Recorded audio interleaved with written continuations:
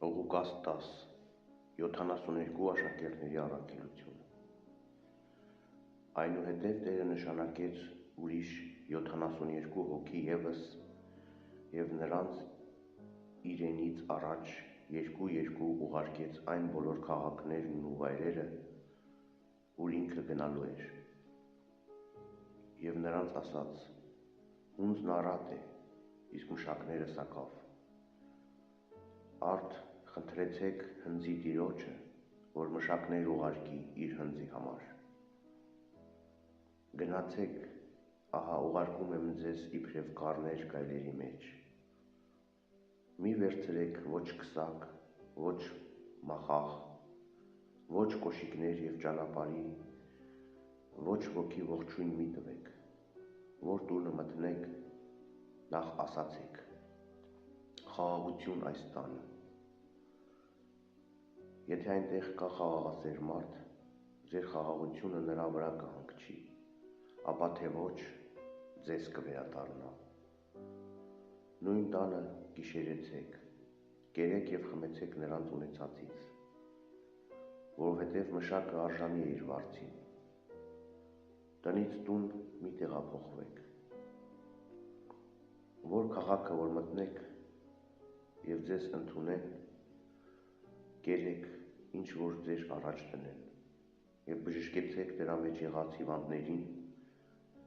և նրանց ասացեք. մոտեցել է ձեզ Աստծու արքայությունը։ Իսկ որ քաղաքը որ մտնեք և ձեզ չընդունեն, երբ դուրս գաք նրա հրապարակները, ասացեք. ձեր քաղաքից մեր ոտքերին կպած փոշին անգամ թոթափում ենք ձեր վրա, բայց իմացեք, որ մոտեցել է Աստծու արքայությունը։ Ասում եմ ձեզ, որ Սոդոմացիների համար դատաստանի օրը ավելի տանելի պիտի լինի,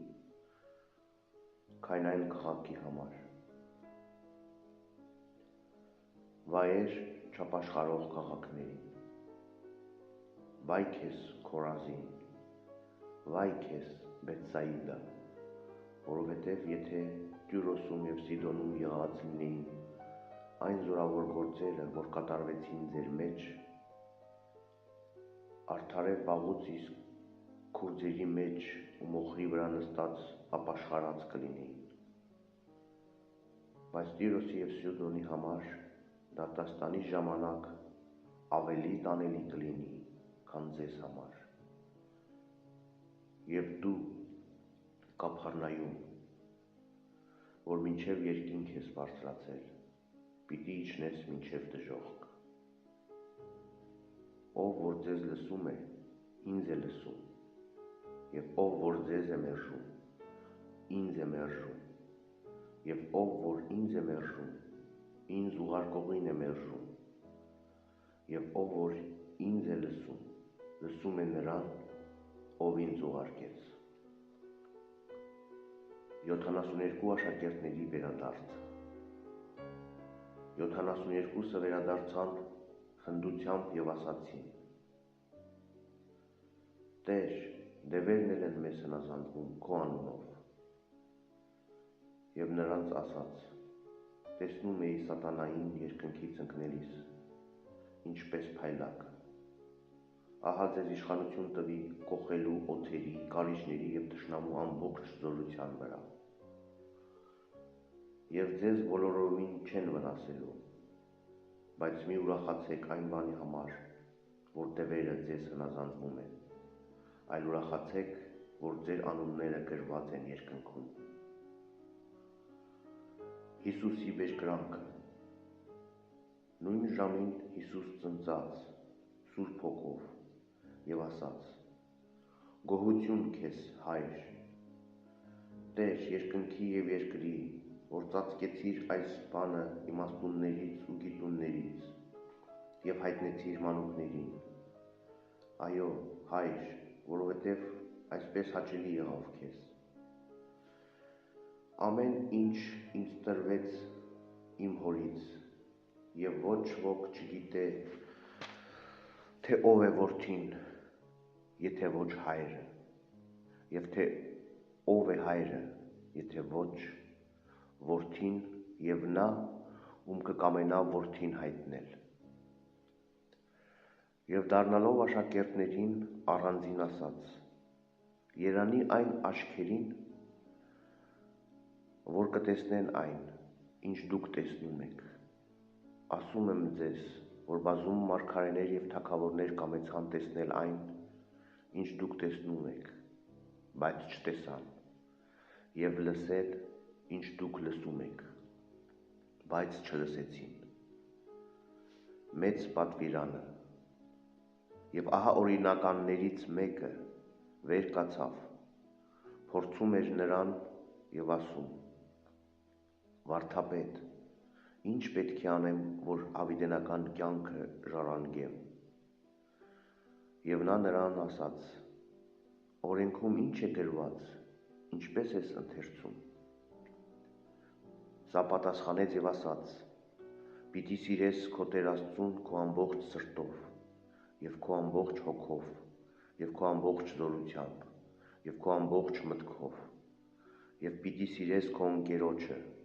ինչպես քո անձը»։ Եվ Հիսուս նրան ասաց. «Ճիշտ պատասխան տվեցիր,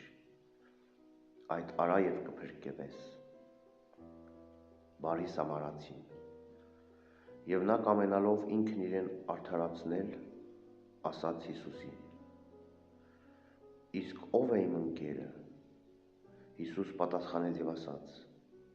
«Մի մարդ Երուսաղեմի Երիքով էր իջնում և ընկավ ավազակների ձեռքը, որոնք նրան մերկացրին, վիրավորեցին և կիսամերկ թողեցին ու գնացին։ Պատահեց, որ մի քահանա նույն ճանապարհով իջնի, նրան տեսավ և թողեց անցավ։ Նույնպես և մի Ղևտացի նույն տեղով անցնելիս տեսավ և թողեց անցավ։ Մի Սամարացի, որ ճանապարհորդում էր, եկավ նույն տեղով նրա մոտ և տեսնելով նրան գթաց։ Եվ մոտենալով կապեց նրա վերքերը, վրան ձեթ ու գինի ածեց և դնելով նրան իր գրաստի վրա, տարավ մի իջևան և խնամեց նրան։ Եվ հաջորդ օրը, երբ դուրս էր գալիս այնտեղից, իջևանատիրոջը երկու դահեկան հանեց տվեց և ասաց. «Խնամիր նրան և ինչ որ ծախսես նրա վրա, իմ մյուս անգամ գալուն կհատուցեմ քեզ»։ Արդ ըստ քեզ այդ երեքից ո՞րը մերձավորի պես վերաբերվեց նրան, որ ավազակների ձեռքն էր ընկել։ Եվ սա ասաց, նա ով նրան բարիք արեց։ Հիսուս նրան ասաց. «Գնա և դու նույն ձևով արա»։ Այդ Մարթային և Մարիամին։ Եվ մինչ նրանք գալիս էին, Հիսուս մտավ մի գյուղ և Մարթա անունով մի կին նրան ընդունեց իր տան մեջ։ Եվ սա մի քույր ուներ, որի անունը Մարիամ էր,